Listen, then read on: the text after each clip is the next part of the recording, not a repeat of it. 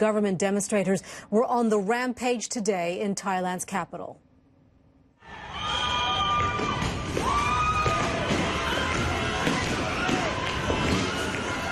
Protesters stormed state television studios and a police club compound, hoping to find embattled Prime Minister Yingluck Shinawatra. This comes after street fighting in Bangkok turned deadly on Saturday, killing at least 2 people and injuring nearly 50 others. CNN's Paula Hancock joins us now live from the Thai capital. Paula, give us an idea of what you're seeing right now.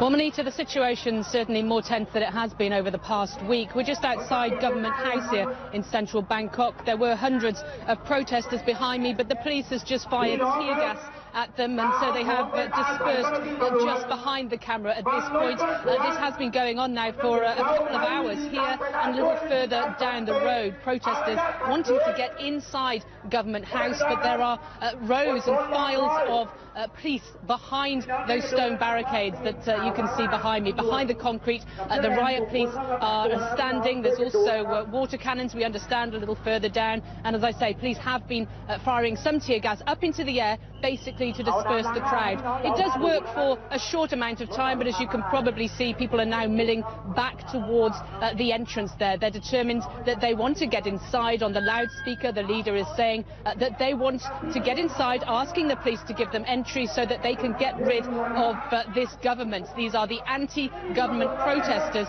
who want to get inside. Now, this is a scene that's being replicated around the city, not the tear gas part. This is, it seems as though this is localized to just this area. But there are thousands of protesters that are outside the police headquarters. We've just left there. It was certainly more jovial there, a festive spirit. They said they didn't want to break in. Also outside the Foreign Ministry and also outside the zoo here in Bangkok. There have been rumours that the police had set up a headquarters there. So that's another place that's been targeted. Monita? So would you say then for the most part there, the protests or the demonstrations have been not violent? Well, certainly that's what we've seen in some of the areas, and there wasn't necessarily violence here before the tear gas started.